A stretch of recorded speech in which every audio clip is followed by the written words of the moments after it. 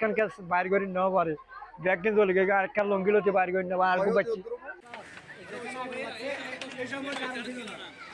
চট্টগ্রামের চন্দনাইশ উপজেলার দোহাজারী পৌরসভায় অগ্নিকাণ্ডে দুটি বসতঘর সম্পূর্ণ পুড়ে ছাই হয়ে গিয়েছে।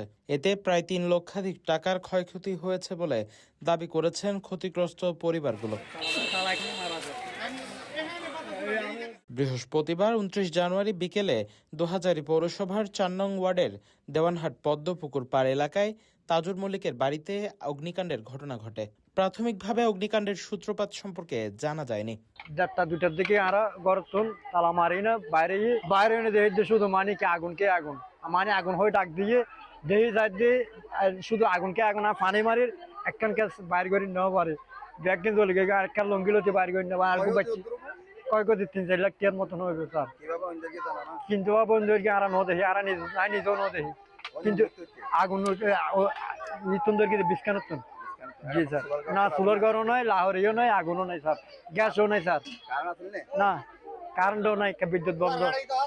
অগ্নিকাণ্ডে আলী আকবরের ছেলে লোকমান আলী ও মৃত কামাল উদ্দিনের স্ত্রী নূরজাহান বেগমের বসতঘর সহ আসবাবপত্র, নগদ অর্থ ও প্রয়োজনীয় মালামাল সম্পূর্ণভাবে পুড়ে যায়।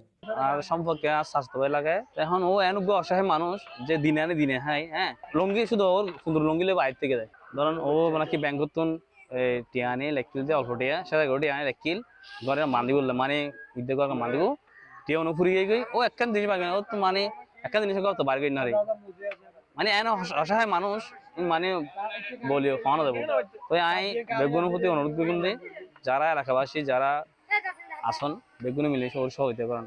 আমরা এলাকাবাসী সবাই মিলে একজনের হাত থেকে একজনে ভাগ্য ভালো যে এখানে একটা পুষ্কিনি ছিল ওইটা না থাকলে কি হতো সেটা আল্লাহ পাকে ভালো জানে।